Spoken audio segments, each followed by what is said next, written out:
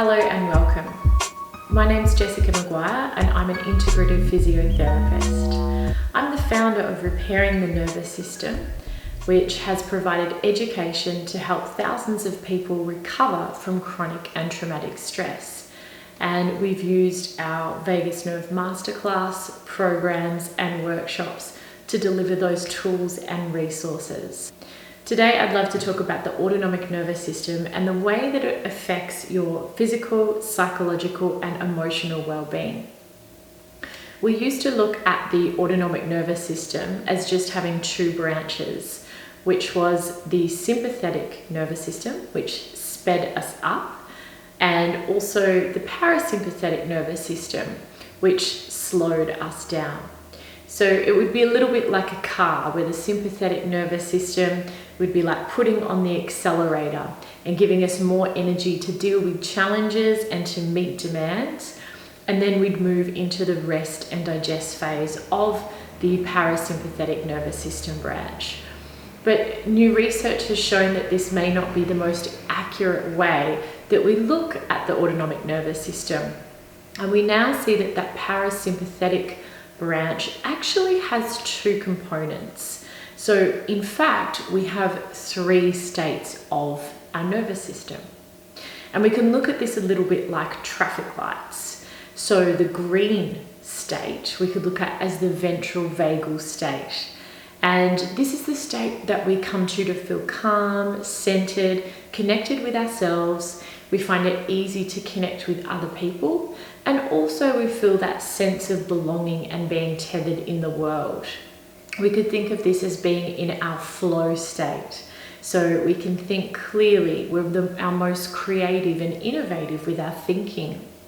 We feel a sense of calm and ease in our body, and we may find it really easy to connect with other people, which brings a sense of what's called co-regulation, where we have the hormone oxytocin released through our body, giving us that feel-good sense. When we're in that ventral vagal state or the green state, our immune system is functioning at its best, so is our digestion, and so is our endocrine system. And if we spend here, the body and the organs get a chance to repair, to recover, we reduce inflammation, and overall our whole mind-body system functions well. When we're in this state, we'll know because we have a lot of vocal prosody. So our voice has lots of change in its pitch and rhythm. We are primed to listen to the sound of the human voice, which is mid-frequency sound. So the muscles of the middle ear will contract so that we hear that mid-frequency sound. And we'll see in the face, there's that expression, particularly with the upper face. So it might look like somebody in this state is smiling with their eyes. Now throughout the day, if we need to meet demands or we become quite stressed, we may move into the yellow state, which is called the sympathetic nervous system state. And here we can feel the mobilizing energy come into our system so that we move towards what it is that we need to deal with, or we move away from something that we might fear.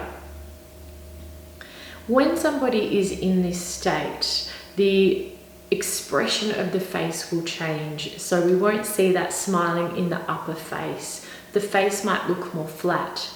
The muscles of the middle ear change. So we don't hear the sound of the human voice as well. We more detect low frequency sounds, which are predator sounds.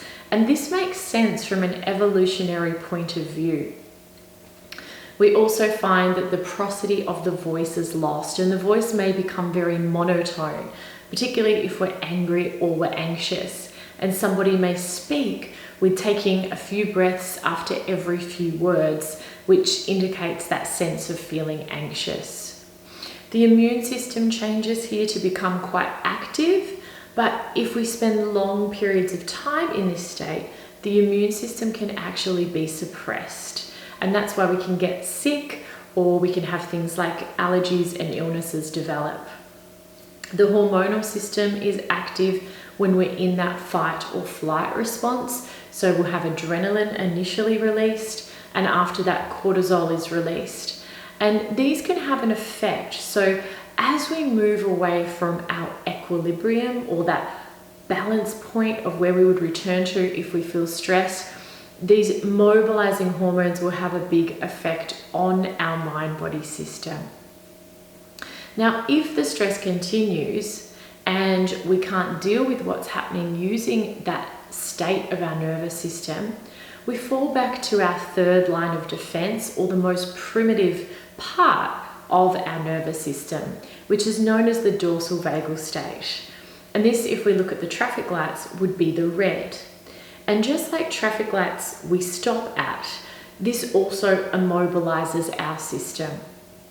So we may freeze, move into a state where, although we feel lots of activation, we actually can't move or we can't speak.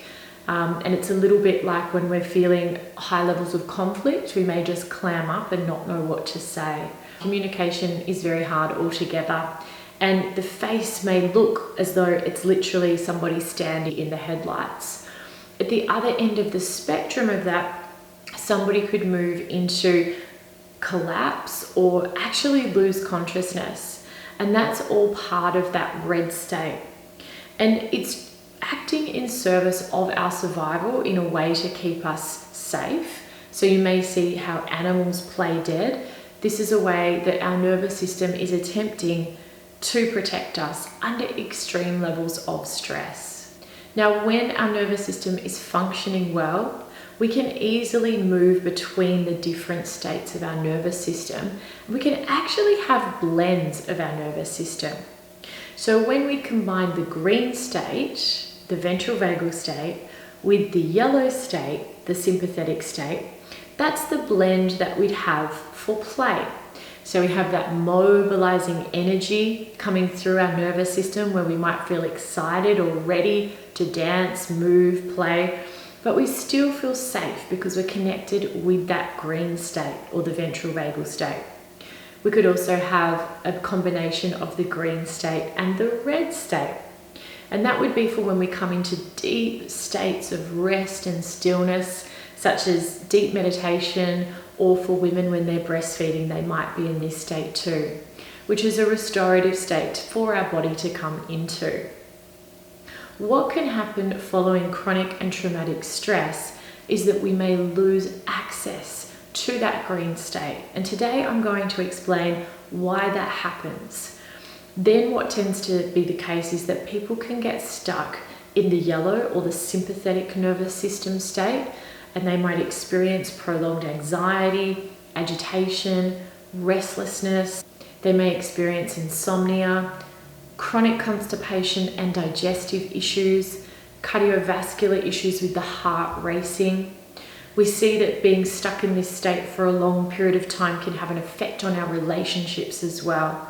So things like starting arguments, criticizing, blaming others, interrupting, and demanding attention can all be a part of how being dysregulated for the sympathetic nervous system, or our system is hyper-aroused where there's too much activation, can affect us. And that's what this training is going to look at today.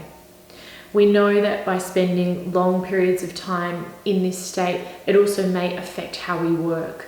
We might become quite perfectionistic with our work, find ourselves using excess stimulants like caffeine or nicotine or energy drinks so we can get more done. It's very hard when we become dysregulated for the sympathetic nervous system to allow ourselves to switch off and relax. And this takes a toll on our mind-body system and can eventually lead to illness because we build this wear and tear on our mind-body system known as allostatic load.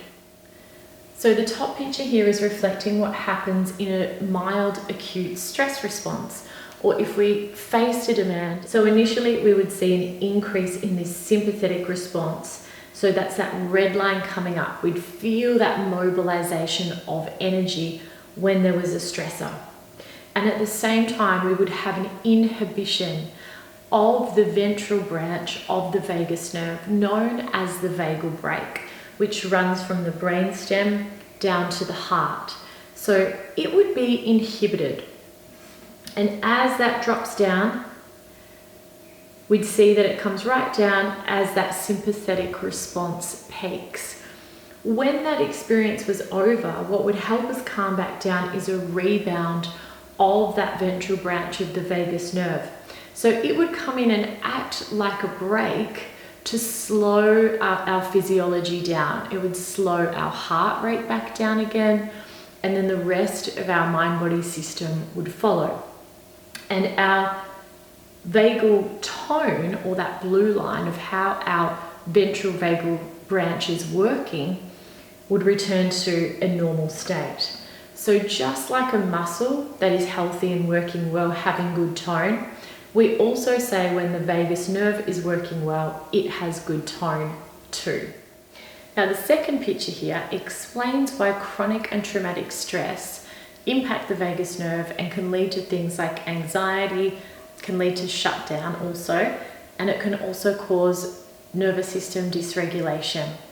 So let's say there's a really stressful situation that hits and the sympathetic nervous system spikes. Now this would be something more stressful, or something happening to us where we feel powerless and helpless. So there's that big spike in the sympathetic nervous system activation, bigger than what we saw before. And at the same time, there's an inhibition of the vagus nerve. So it releases like a brake, and then there's greater mobilization of our system, which is trying to help us deal with what's happening. Now, if we don't get to discharge that high amount of stress activation, it stays in the autonomic nervous system, creating dysregulation. So the nervous system continues to act like it's dealing with this threat when we don't get to discharge that activation and when we don't recover fully from it. So we see that there's a failure here to recover and return back down to the baseline here where it should be. What we also see is that once that vagus nerve has been inhibited down here and it comes all the way down, it doesn't return back to where it should be. So we get what's called decreased vagal tone. And low vagal tone is a correlate to psychological and physical well-being as well, because of its effect that it has on our heart and on our digestive system. So if we have low vagal tone, we know that the nervous system isn't regulating our organs like it should be. And this space that we see here, we would call this allostatic load, which is the wear and tear on the mind-body system. And so often following periods of trauma, we see people experience things like those chronic digestive issues, heart issues or cardiovascular issues. And it also leads to things like chronic pain, because we know that the vagus nerve has a role in helping regulate our immune system, and it has an anti-inflammatory effect. So that allostatic load is the end result of what's happening in this system. But this can be changed. So we can actually increase vagal tone to come back to where it should be, particularly after we've experienced chronic stress or trauma, or we've had an acute stress or something go on that's caused this huge response in our nervous system. So we can actually change this response so that we have the nervous system return back to its fully functional, resilient state.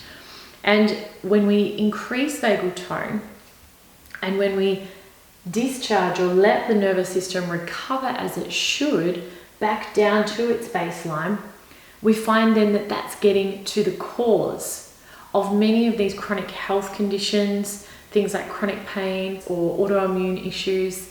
It really can get to the cause of those and prevent them going on from becoming illnesses that stay around. And we do that by using practices of self-regulation or tools that help to change our nervous system. And we use practices of co-regulation that we do with other people. And these are a big part of the Vagus Nerve Masterclass program and workshops. So that shows dysregulation for hyperarousal or in the sympathetic state. And in the next video, we're going to talk about hypoarousal for the dorsal vagal state and the effect that that has on our mind-body system. Thank you so much for being a part of the first training, and I look forward to seeing you in the next part.